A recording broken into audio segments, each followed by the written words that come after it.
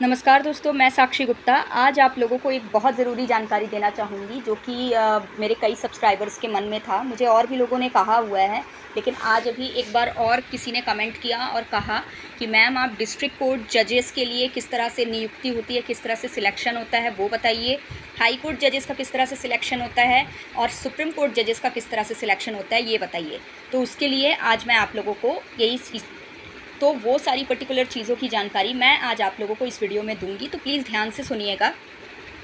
सबसे पहला है डिस्ट्रिक्ट कोर्ट जजेस की नियुक्ति कैसे होती है। देखिए, सिविल जज का अगर आप परीक्षा दे रहे हैं, सबसे छोटे लेवल की जो परीक्षा होती है जज की, वो सिविल जज की होती है।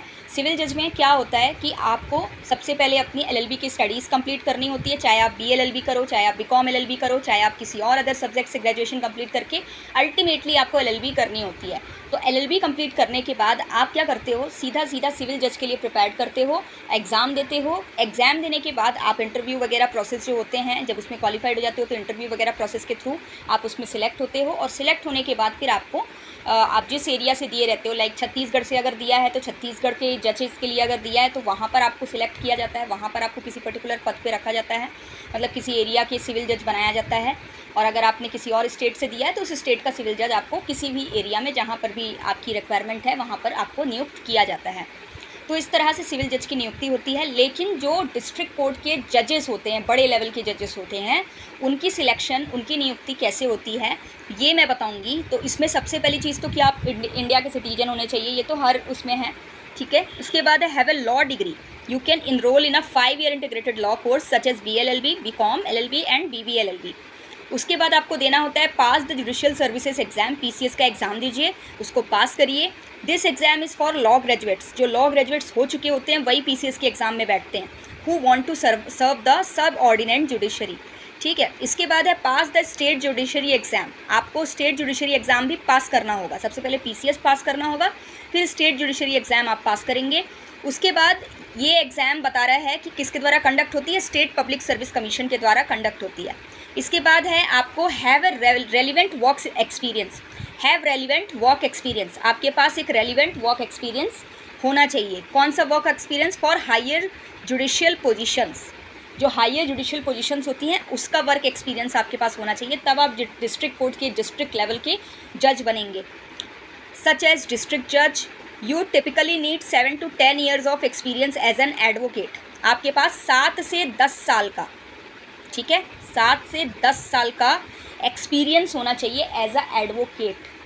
मतलब कि आप, सीधी सी बात है, BLLB, LLB, BCom LLB, BBLLB कुछ किए होगे तभी आप एडवोकेट बनोगे, AIBE का एग्ज़ाम निकाले होगे तभी आप एडवोकेट बनोगे, ठीक है। तो सीधी सी चीज़ है कि आप सबसे पहले तो 7 से 10 साल के लिए एक सक्सेसफुल, अच्छे वर्क एक्सपीरियंस के साथ एक एडवोकेट होने चाहिए, ठीक है। और उसके बाद आप PCS का एग्ज़ाम देते हो, PCS का एग्ज़ाम देने के बाद आप स्टेट जुडिशरी का एग्ज़ाम देते हो। PCS का एग्ज़ाम दो, उसमें पास आउट हो, उसके बाद आप स्टेट जुडिशरी एग्ज़ाम दो और उसमें भी पास हो, और फिर उसमें पास होने के बाद आप फाइनली पर्टिकुलर प्रोसेस के थ्रू चेक किए जाते हो, टेस्ट किए जाते हो। फॉर एग्जांपल आपके कुछ रिटन टेस्ट लिए जाएंगे, आपका इंटरव्यू होगा, और फिर उसके बाद आपके प्रोफेशनल और पर्सनल बैकग्राउंड की भी टेस्टिंग होगी, चेकिंग किया जाएगा कि आपका प्रोफेशनल और पर्सनल बैकग्राउंड क्या है। अगर वो मोरल कैरेक्टर बेसिस पे, गुड मोरल कैरेक्टर बेसिस पे अच्छे से सटीक बैठ रहा है, then after you will be selected as an district जज, डिस्ट्रिक्ट लेवल जज, क्लियर। सो डिस्ट्रिक्ट लेवल जज इसी तरीके से सिलेक्ट किए जाते हैं। इसके बाद आता है हाई कोर्ट जज। हाई कोर्ट जज के लिए भी आपको सिटीजन ऑफ इंडिया होना पड़ेगा। उसके बाद आपका LLB या LLM कंप्लीट होना चाहिए, ठीक है। Have practice law as an advocate of high court for 10 years, और अगर आप हाई कोर्ट के जज बनना चाहते हो तो उससे पहले आपको 10 साल हाई कोर्ट में प्रैक्टिस करनी होगी एज एन एडवोकेट, वो भी एक अच्छे वर्क एक्सपीरियंस के साथ। इसके बाद have held a judicial office in India for 10 years, ठीक है। फिर उसके बाद आप कहीं ना कहीं जुडिशियल ऑफिस में भी 10 साल काम किए हों, ठीक है। उसके बाद आपके पास 10 साल का एज एन एडवोकेट एक्सपीरियंस हो, उसके बाद जुडिशियल ऑफिस में भी आप कहीं ना कहीं 10 साल तक अपनी सर्विसेज दिए हों, और उसके बाद आप जुडिशियल सर्विस का एग्ज़ाम देते हो, and then after you will be a high court जज, ठीक है। एंड अब नेक्स्ट आता है सुप्रीम कोर्ट के जज कैसे बने। सुप्रीम कोर्ट का जज बनने के लिए भी आपको सबसे पहले इंडिया का सिटीजन होना पड़ेगा और उसके बाद आपको हाई कोर्ट में कम से कम 5 साल एज अ जज काम करना पड़ेगा। ठीक है, हाई कोर्ट में जब एज अ जज आप कम से कम 5 साल काम किए हुए रहते हो, या फिर हाई कोर्ट में एज एन एडवोकेट कम से कम आप 10 साल काम किए रहते हो, तब जाकर आप कहीं ना कहीं प्रेसिडेंट के द्वारा सिलेक्ट किए जाते हो एज ए सुप्रीम कोर्ट जज। वो भी प्रेसिडेंट देखता है कि क्या आप उस योग्य हो, कुछ पर्टिकुलर टेस्टिंग करता है, चेकिंग करता है, ऑब्जर्वेशन करता है आपके ऊपर, और उसके बाद ही वो आपको कहीं ना कहीं एक जज बनने योग्य कहता है, स्वीकार करता है, और उसके बाद आपका सिलेक्शन होता है एज अ सुप्रीम कोर्ट जज।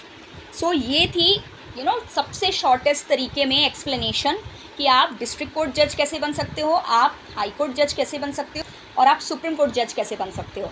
बाकी सबसे छोटे लेवल का जो जज का वो होता है, पोजीशन होता है, वो सिविल जज होता है। सबसे ईजीएस्ट तरीका होता है, आप LLB कंप्लीट करो एंड उसके बाद आप सीधा अपना ऑल इंडिया बार का अपना वो उठा लो, लाइसेंस उठा लो, और उसके बाद आप जो भी है आपका जुडिशरी का एग्ज़ाम है वो पास आउट करो फटाक से सिविल जज का पेपर। ठीक है, आप जिस भी स्टेट से निकालना चाहते हो उस स्टेट से निकालो, उस स्टेट की जुडिशरी का एग्ज़ाम आप क्रैक करो, अच्छे से आप पास आउट करो, पूरा इंटरव्यू वगैरह क्लियर करो, आप सिलेक्ट हो जाओगे एज अ सिविल जज किसी भी पर्टिकुलर डिस्ट्रिक्ट में या किसी भी पर्टिकुलर स्टेट में जहाँ से आप बनना चाह रहे हो।